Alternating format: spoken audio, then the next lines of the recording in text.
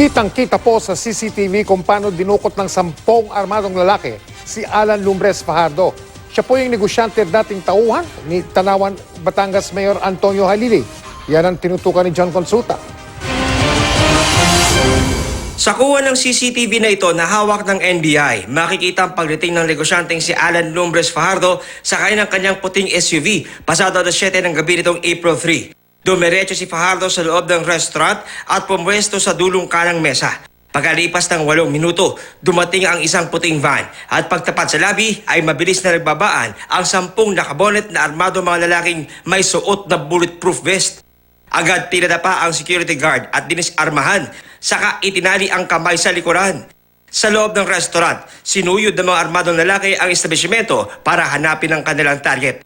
Pagkalipas ng ilang minuto pag-iikot, lumapit ang mga armadong lalaki sa nakadapang si Fajardo. Nagpumiglas pa sa umpisa si Fajardo hanggang sa pwersa nitong binitbit palabas ng restaurant, papasok sa naghihintay na van. Naging maugong ang pangalan ni Fajardo matapos siyang mapabilang sa drugs matrix ng nilabas ng PNP. Hepe siya ng Mayor's Action Group o MACG sa ilalim ng pamumuno noon ng pinaslang na si Tanawan City, Batangas Mayor Antonio Halili. Ang pamilya ni Fajardo na nag-alok na ng 1 milyong pisong pabuya para sa impormasyon makakapagturo sa kinaroroonan ng negosyante, planong magsagawa ng ilang pang legal na hakbang para mabawi ang negosyante. Iniisip po namin ang pag-file ng either writ of amparo or writ of habeas data upang makita po namin kung ano talagang basihan itong PNP na isama siya sa drug matrix para hukuman na po ang maghusga kung talagang karapat-dapat na siya isabihing isang kriminal o hindi.